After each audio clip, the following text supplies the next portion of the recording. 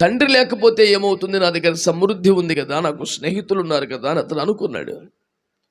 కానీ దేవుని ఏర్పాటులో ఉన్న దైవజనుల వద్ద ఆశీర్వాదము కేంద్రీకృతమై ఉండడాన్ని మనం వాక్యంలో గమనించగలుగుతాం. ఎలీషా కాలంలో కూడా వినబడిన ఒక మాట, ప్రవక్త సమక్షములో కరువు లేదు. దేశమంతా కరువుతో అల్లాడిపోతున్న దశలో పావురపు రేట 5 రూపాయలకి కొనుక్కుని తినే దారుణమైన కరువులో గాడిద తలక 80 రూపాయలకి ఆ కాలాన అమ్ముడైనటువంటి భయంకరమైన కరువులో ప్రవక్తల శిష్యులు పెద్ద కుండ ఒకటి పెట్టి కూర వంటకము చేయుచున్నారని వాక్యములో కనబడింది.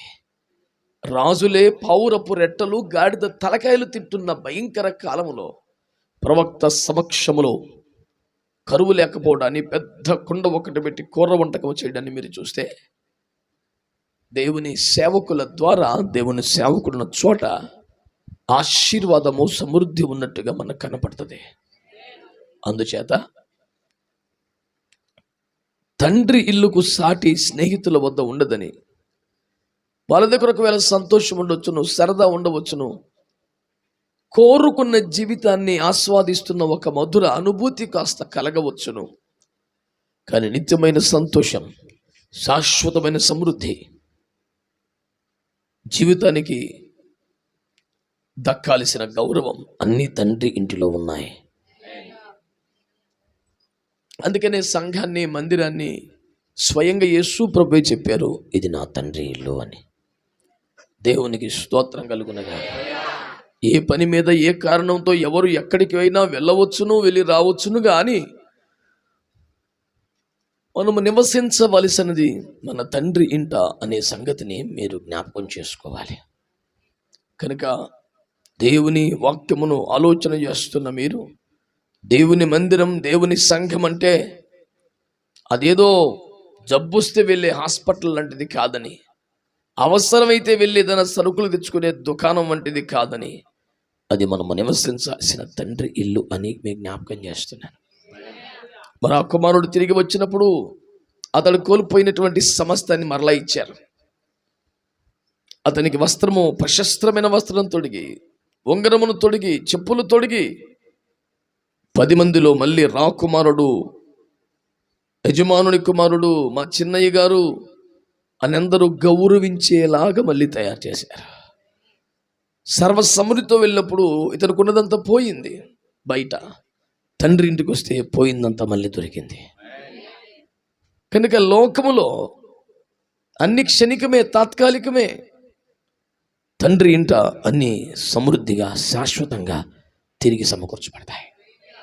దేవునికి స్తోత్రం కలుగును. హల్లెలూయా. కాబట్టి బయట అన్ని తాత్కాలికమే, తండ్రి ఇంటిలో స్థిరమైన శాశ్వతమైన ఆశీర్వాదం. అందుకే పెద్ద కుమారుడు కూడా వాడు వెళ్ళి స్నేహితులతో ఎంజాయ్ చేసి వచ్చాడు. మరి నాకు కూడా ఏమనిస్తే నేను కూడా పోయి ఎంజాయ్ చేస్తాను.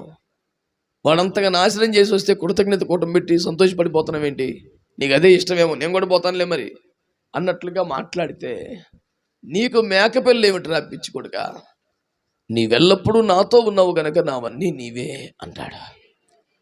అంటే సర్వం, సమస్తం, సమృద్ధి, గౌరవం, విలువ, కొరత లేని జీవితం ఇవన్నీ తండ్రి ఇంట ఉంటాయి. తండ్రి ఇంట ఉంటాయి. అందుచేతనే మనము మన తండ్రి ఇంటికి తిరిగి రావటమే కాదు, తండ్రి ఇంటిలో నివసించాలి. అది గొప్ప ఆశీర్వాదమని, సమృద్ధి జీవమని, కొరతలేని ఏర్పాటని, మన జీవితానికి సరిపడా గౌరవం అని దేవుని వాక్యం ద్వారా మనవి చేస్తున్నాను.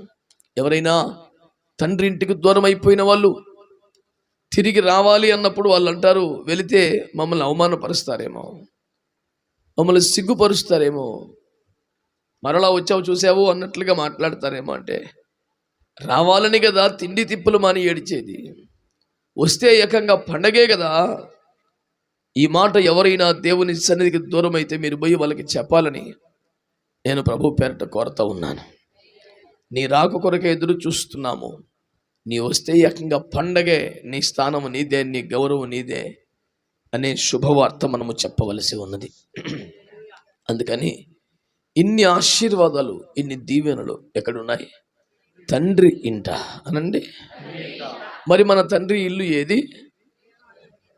ఏది? దేవుని మందిరం లేదా సంఘం. మన సమృద్ధి, మన శాశ్వతమైన సంతోషం, మన ఆశీర్వాదం ఇవన్నీ కూడా తండ్రి ఇంటిలోనే ఉన్నాయి. అందుకనే స్థిరపడిపోదాం, నాటబడిపోదాం, కదల్చబడిన వారమైన నివాసమునకే మనము నిలబడిపోదామని ప్రభు పేరట నేను మీకు మనవి చేస్తున్నాను. దేవుని సంఘం, దేవుని మందిరం అంటే ఏంటి చెప్పండి? తండ్రి ఇంటిలో ఉండడం మనకు సంతోషమా, దుఃఖమా? కనుక తండ్రి ఇంట సంతోషము, సమృద్ధి, తిరిగి సమకూర్పు, గౌరవం ఇవన్నీ ఉన్నాయి. కనుక తండ్రి ఇంటికి వచ్చిన మనమంతా తండ్రి ఇంటిలో స్థిరపడిపోయి, నాటబడిపోయి విస్తారమైన కృపలను పొందుకోవలసినదని నేను ప్రభు పేరట మనవి చేస్తున్నాను. నాకు ఒక మేకపిల్లనియమా అని అడిగితే, తండ్రి ఇంట ఉండేవాడికి మేకపిల్ల ఏంటి నాన్న, నావన్నీ నీవే అన్నాడు. ఏదో ఒక దీవెనను ఆశపడుతున్నావేమో, ఏదో ఒక సమస్య పరిష్కారం అయితే చాలే బాబు అనుకున్నావేమో. కాదు, ఆయనవన్నీ నీవే. నీకు ఏదో ఒక దీవెన రావడమే సర్వసమృద్ధి ప్రవహిస్తారని దేవుని వాక్యములో ప్రభు మాట్లాడుతున్నారు. కనుక సంఘము, మందిరం అంటే చెప్పండి తండ్రి. చెప్పండి అందరూ, తండ్రి. కనుక తండ్రి ఇంట్లో సంతోషం ఉందా, విచారం ఉందా? తండ్రి ఇంట్లో కరువు ఉందా, సమృద్ధి ఉందా? తండ్రి ఇంట్లో గౌరవం ఉందా, అవమానం ఉందా? తండ్రి ఇంట్లో అవసరాలే తీరుతాయా, అత్యధికమైన ఆశీర్వాదం ఉంటుందా?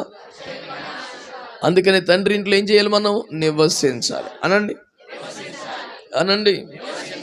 ఇది మన తీర్మానముగా, మనకు దీవెనగా మారిపోవునుగాక. హల్లెలూయా, హల్లెలూయా. మరి పరమ తండ్రి పరలోకములో ఉంటారు గనుక భూమి మీద ఆయన మనకు ఒక ఆత్మీయ తండ్రిని ఏర్పాటు చేశారు.